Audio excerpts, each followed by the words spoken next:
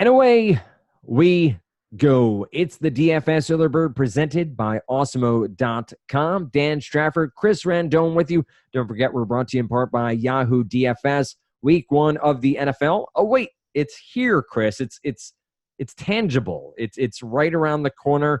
How many lineups have you built, Chris? Have you built any yet? Are you ready to rock? What do you got going so far for NFL? Man, just started actually. So I would say like the next few days is when we get deep into the trenches, start really hammering this out, man. I'm excited for this week because we're going to be doing NFL content. Week 1, it's kind of like a whole new storm from baseball. So I'm excited, man. And be sure to stay tuned to Awesemo_com, our Twitter handle. There's tons of content to come out throughout the week. New live shows that will be coming your way over on your YouTube channel. Subscribe, like, comment, but also hit that alarm bell so you are up to date on our latest offerings.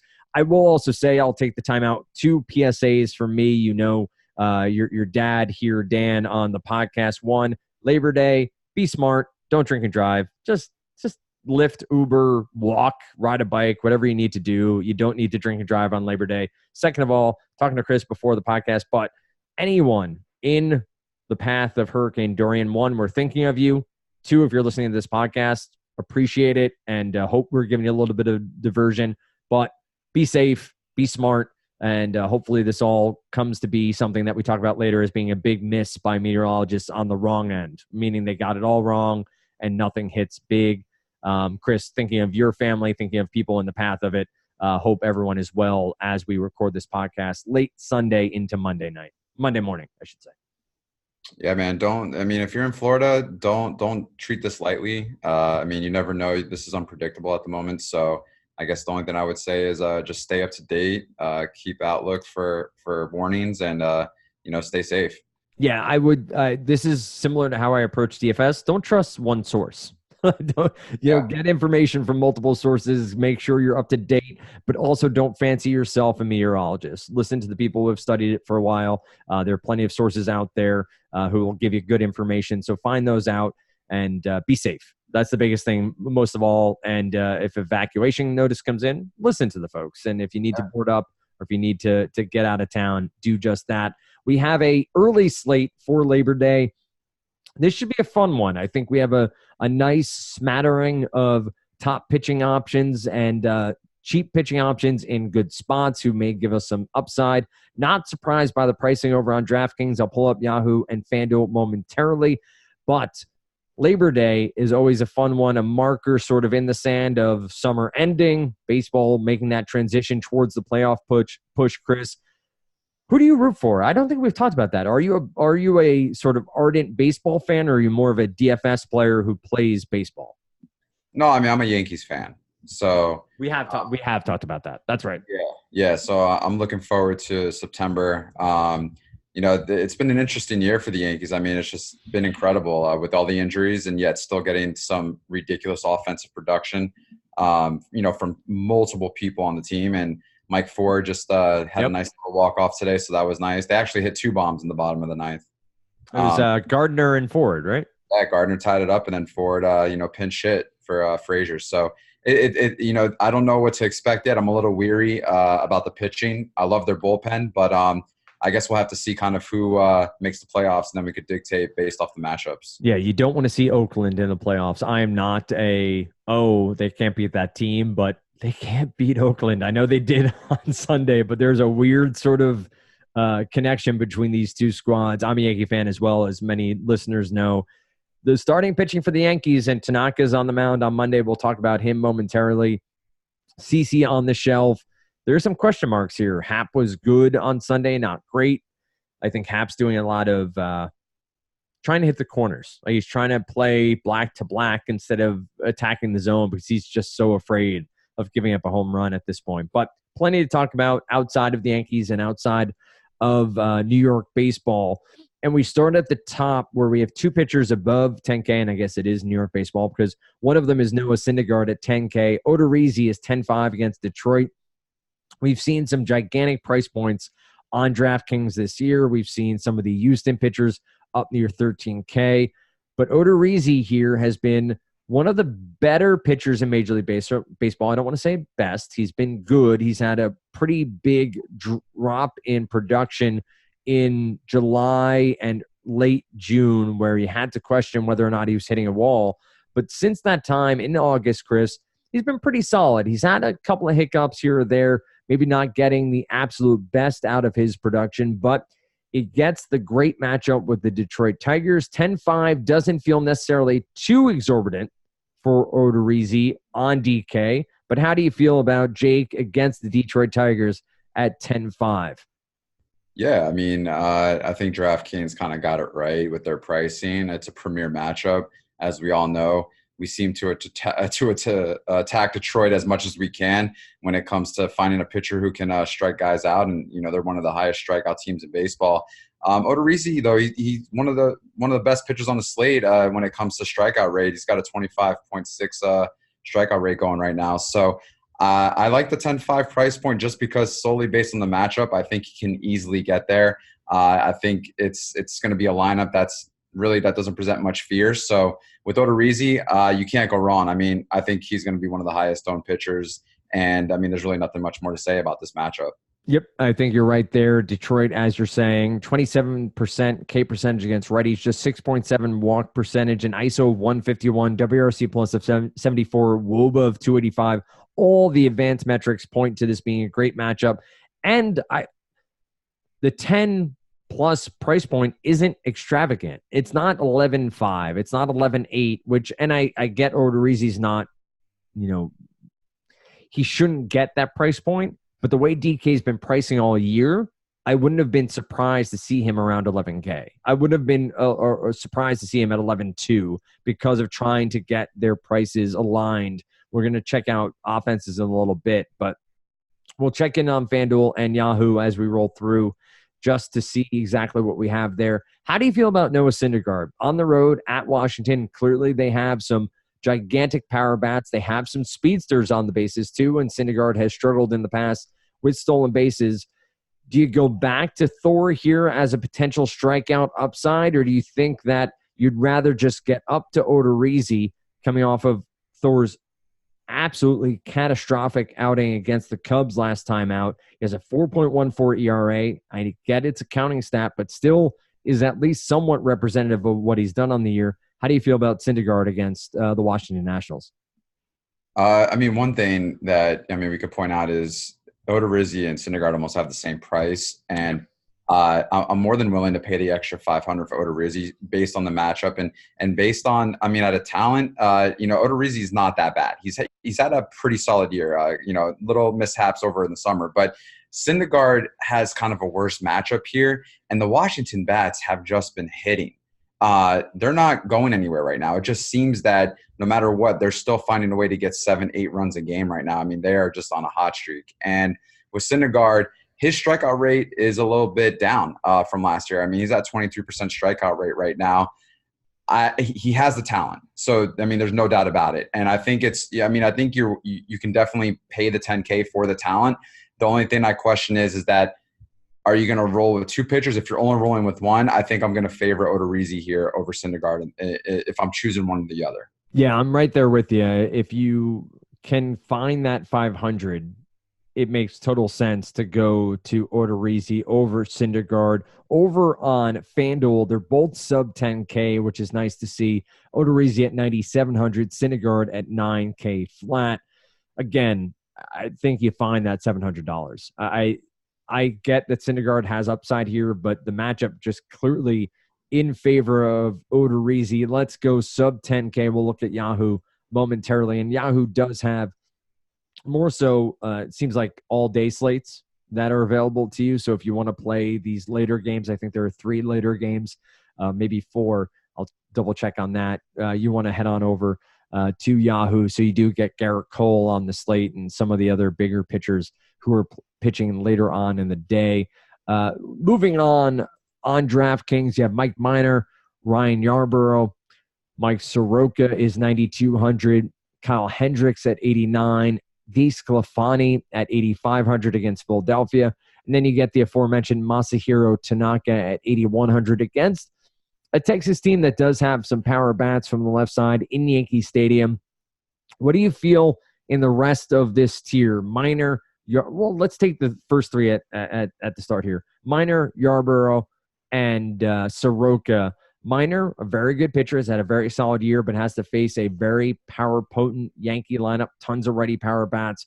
Yarborough gets Baltimore, a team we've focused on many times, as subpar, and Soroka gets Toronto, another team that strikes out a decent amount on the year. How do you feel about 9,700 down to 9,200 on DK? Yeah, I think to start off with Soroka, man, he's a good pitcher, but he's not a good DFS pitcher. He has a sub 20% strikeout rate. And you know what's great about Soroka is that he lasts long in games, but he doesn't get into pitch counts to favor him to strike out enough batters. And what I mean by that is he's getting batters out quickly. So he's not getting into counts where he has the opportunity to strike out guys. And I mean, obviously we need strikeouts. Toronto does have a lot of strikeouts in the lineup. I mean, as we saw today, Verlander threw a no-hitter and struck out 14 against them, I believe. But at 9,200, I just don't feel comfortable paying that for someone who doesn't have that talent to strike out batters. So I think that I would might not have many shares of Soroka.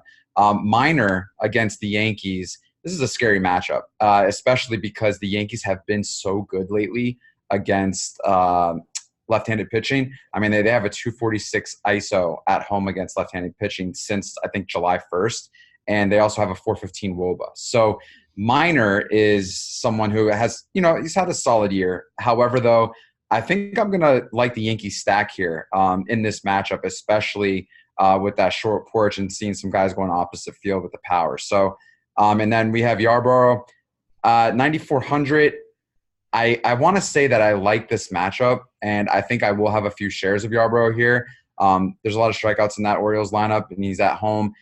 Favors him way more than Camden. So I would say between Minor and Yarborough, I would go Yarborough, save the 300. But Soroka, I just don't find myself just because he's a better pitcher, real-life pitcher, than he is DFS pitcher. And that's a more than reasonable take and a good observation on Soroka. I think his K percentage and his K- walk has shown him to be just that. If you look at lefty K percentage, the Orioles at 24.4% against lefties on the year, an ISO of 169 and WRC plus of 98. They do have some power bats, so I do want to point that out against Yarborough. So there is some idea here for me. If you're playing some Yarborough, there are some hedge stacks against them that you should be considering as well to at least cover off on some of the potential opportunity for the ready bats to get to him in this matchup.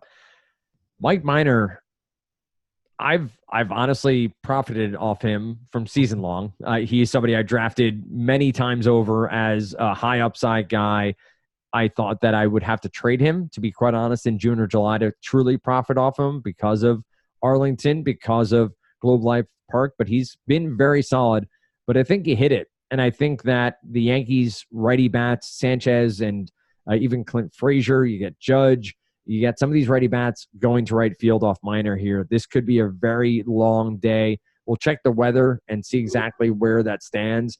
But I would stay away from Minor. It's a minus 190 in favor of the Yankees, just a 9.5 over-under. It is Tanaka v. Minor, so not too surprising that the over-under is below 10. But this is the sort of game that could blow up. The sort of game between Tanaka, who we'll talk about momentarily, and Minor, that you could see a 10-8 game because of these Tanaka especially. He's home run prone. He's a guy who gives up the long ball, maybe some solo shots, but if he gets to a little bit of trouble, he could have a bad day. So could Minor. So I like the Yankees call there. We go sub 9K. We get Kyle Hendricks, Anthony DeSclafani against the Philadelphia Phillies. Tanaka, Wainwright will go to Wogespak as our last pitcher in this tier. I can't say I'm overly confident here, but Hendricks does feel like as potentially a cash game option. This is a Seattle lineup that struggles a bit. They do have the Vogelbachs of the world. The Kyle Seagers, not the Corey Seagers, the Kyle Seagers. I got mixed up there. But they have some power bats from the left side who can do some damage. How do you feel about some of these names? Hendricks on down to Wogespak. Hendricks doesn't have the best K rate. I think It's got a 20.6 strikeout rate right now in the season. However, though, this current lineup, or this projected lineup per se, that should be running out tomorrow, since July 1st for Seattle. I mean, they've struck out, I think it's the 5th worst in the league at 26% against righties on the road. And the thing is that they have been way better against left-handed pitching lately. So I feel like, and this is not on a talent level, I feel like for Hendricks at this price point could pay off just because the matchup is a really good matchup for him. And I think that he'll be able to pick his spots in the lineup to get there. The only thing that concerns me is if you look at his pitch count, 4 of his last 5 games, he's only gotten to 70, average of 70-something pitches. So the real question is, behind that, what's the case? Could this be an issue where he only pitches 5 innings, and you're paying $8,900? At this point, would you feel comfortable maybe paying down a little bit or paying up a little bit more, maybe to go to Yarborough? So, but I will have a few shares of Hendricks. I feel like the matchup is there. Desclafani is interesting because, he's got some talent. He really does. He definitely has some strikeout potential, and he's been pitching great lately, to be honest with you. He's had some really good games. I like this matchup, but then I don't like this matchup. Sure. It's like, it's like I want to pay the $8,500, but then I don't, because, it's obviously there's some power in the Philadelphia lineup, and they're going to be in a great hitting ballpark, and the weather might probably be a little bit hot there. So I don't know that. Tanaka, he pitches good at home. And the thing is with Tanaka is with that, he's facing a Texas lineup where there's a lot of strikeouts, but it's like you mentioned, this is also scary because they have a lot of power and there's left-handed bats. And as we know, there's a short right field out there. So I want to roster Tanaka, but then I don't. So these 2 pitchers is like I don't feel as confident as maybe about the other guys we talked about earlier. So I kind of like the other side of the table. I kind of like Texas here against Tanaka with the power.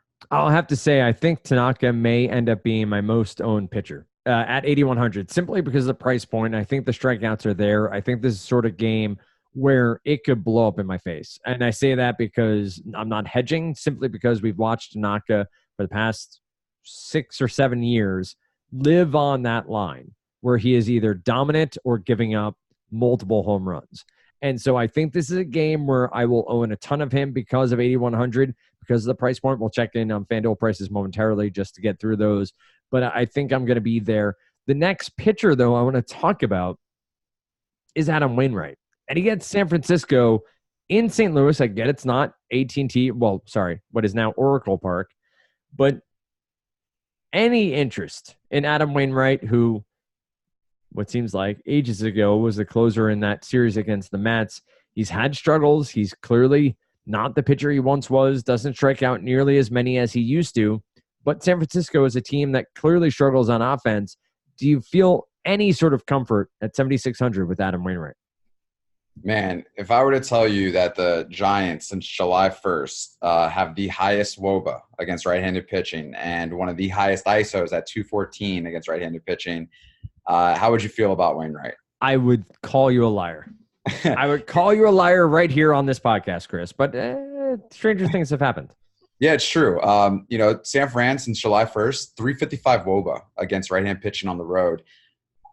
Wainwright has been a hell of a pitcher this year at home. His reverse splits are crazy. I do not roster him when he's on the road, but at home, he's been a completely different pitcher.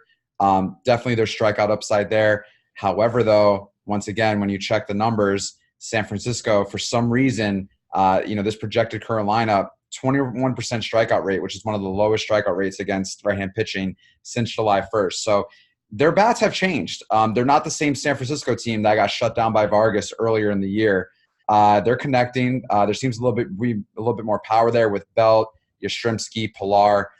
This might be a game that could go sneaky and overlooked, and maybe the San Francisco bats might be in play. But the only thing, like you mentioned, his price point, it's really hard to kind of pass that up at 7,600 on DraftKings. So I kind of like both sides here when looking at it.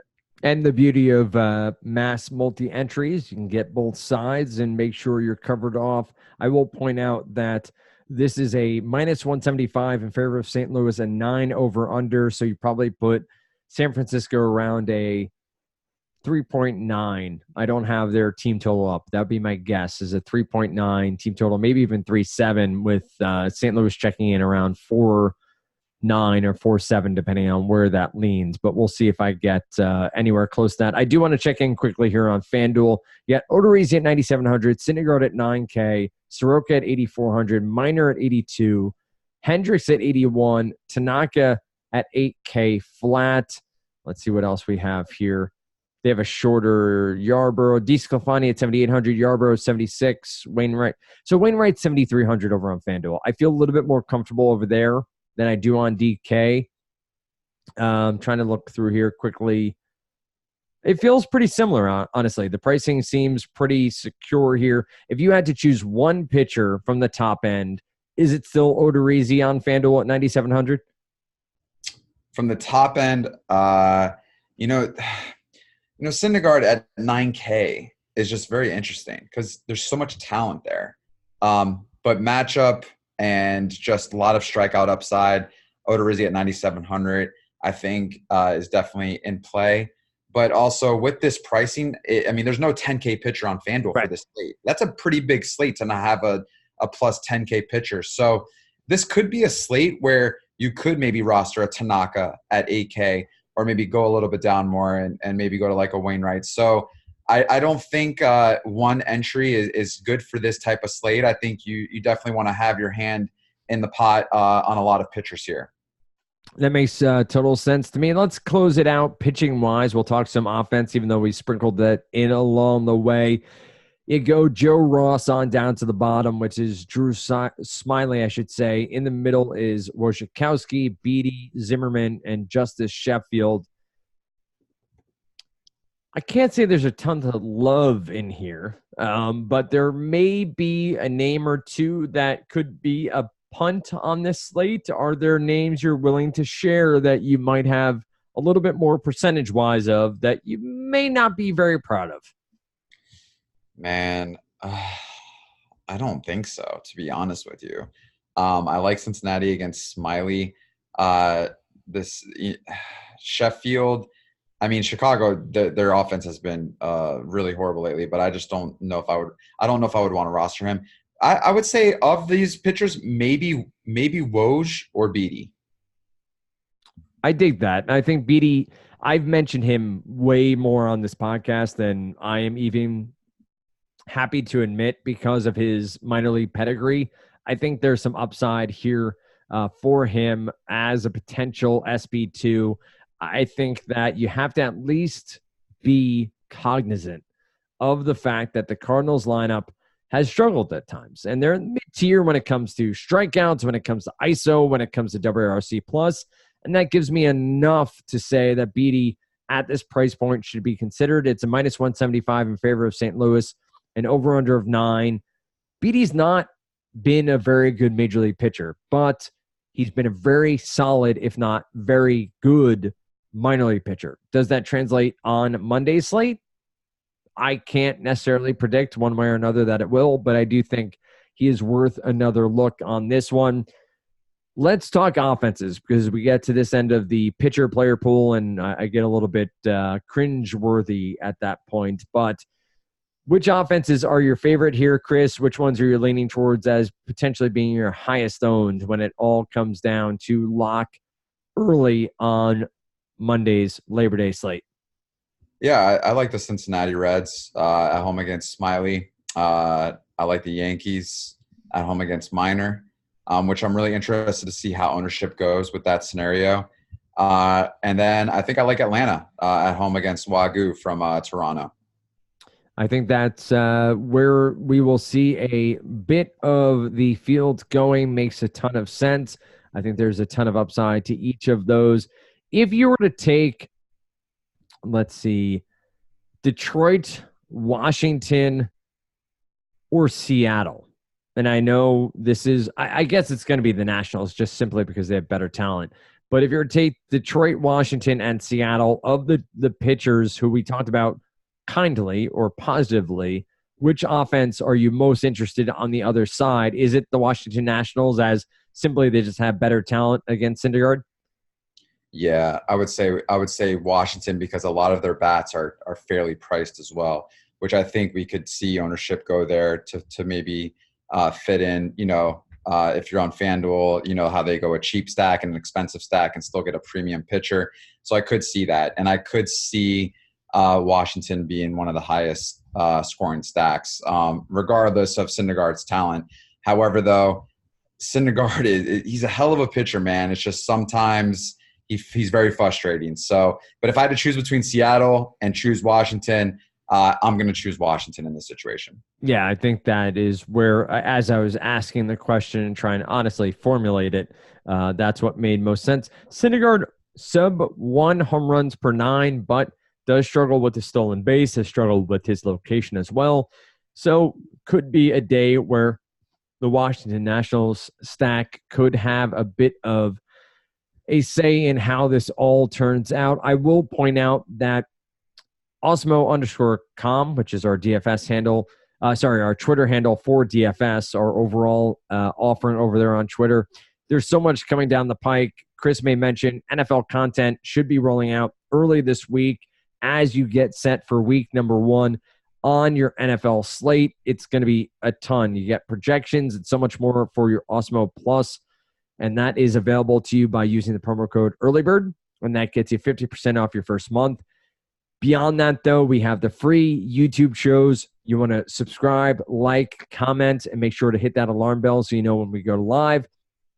And even further, if you subscribe, you don't just get the articles, you don't just get the projections and the lineup builder and then the Fantasy Cruncher add-ons, you get Slack chat. And I get that there are a ton of chats out there. You can join whatever you want. There's a lot of astute and smart conversations happening in the Osmo Slack chat, breaking down not only Alex's projections, but others' projections as well, and also just lineup construction writ large. So you'll want to check that out. Find Chris on Twitter at Chris Randone. You can always go back and DVR and or on demand his wedding. Chris, how was that? I mean, we talked about this pre-recording. I get to watch back my high 8 recording of my wedding from 12 years ago. You get this HD version. I'm kidding, of course. But how was it? I mean, it had to have been a different experience to watch back your wedding on ABC, of all things. Yeah, man. I mean, it's still surreal. I wake up every day and I'm like, is this real life? But what a beautiful moment. What a great opportunity.